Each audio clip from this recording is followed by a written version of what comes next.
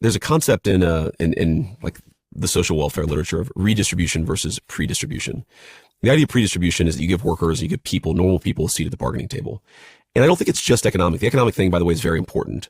Like you want the worker whose life has been transformed by this technology to have a seat at the table. You want them to be able to actually bargain with the company for better wages. Now that's impossible. If you think about it, like the individual worker to negotiate against, Dario from Anthropic, it's not going to happen. But workers working together, this is where the idea of collective bargaining came from. But there's all kinds of interesting things. And again, I think there's like a deeply Christian concept to this. I know you're sort of, fascinated by faith, but not a person of faith yourself. There's a very deeply Christian concept that you have to give everybody in the country a seat at the table.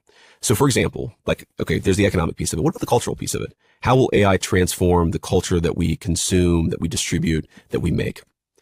Back in the 50s and 60s, it was broadly accepted that, now it wasn't a censorship regime, there was nothing legal going on here, but it was broadly accepted that Hollywood would consult with the religious leaders at the time in order to ensure that the content they were making was actually consistent with the sensibilities of their membership and consistent with some basic Christian ideas. Again, that wasn't forced, but there was this mechanism that gave everybody a seat at the table. And I think that's one of the bad things about there are many bad things about the decline of institutional Christianity in this country, but we do not have a mechanism that gives powerful people, that forces them to actually work with everybody else. So religion was one of the ways that happened in the West. I think it probably the most profound and effective way that happened in the West. We just don't have it anymore. And I really worry about that. So the president is supportive of the United States owning these big AI companies. He likes the idea as sort of a sovereign wealth fund idea of the United States taking some stake in these AI companies. He said so publicly. I'm not breaking news, but the president, he is a very unconventional person. You would say a Republican's not supposed to think like that. The president doesn't care. The president just thinks the thoughts that he has. He develops them, whether they're, he tries to determine, is this a good idea or a bad idea? I would call him sort of a radical pragmatist, though I think most Europeans think that he's this hyper ideological person. He's extremely pragmatic about this stuff. But one very important thought.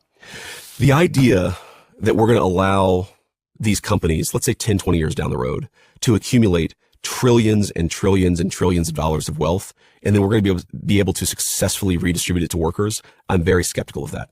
Very skeptical of that. I think that's a very modern, I call it a liberal concept. This idea that you can just tax people and give it to poor people and it works out. Then you turn the poor people into effectively subservience of the rich people. You have to give everybody a stake in the society. I haven't quite figured out how this is going to work in the age of AI. I think labor unions are a very important model here, but this is the model where you just take from some people and give to other people. That's never provided a stable society. You've got to give the workers a seat at the table.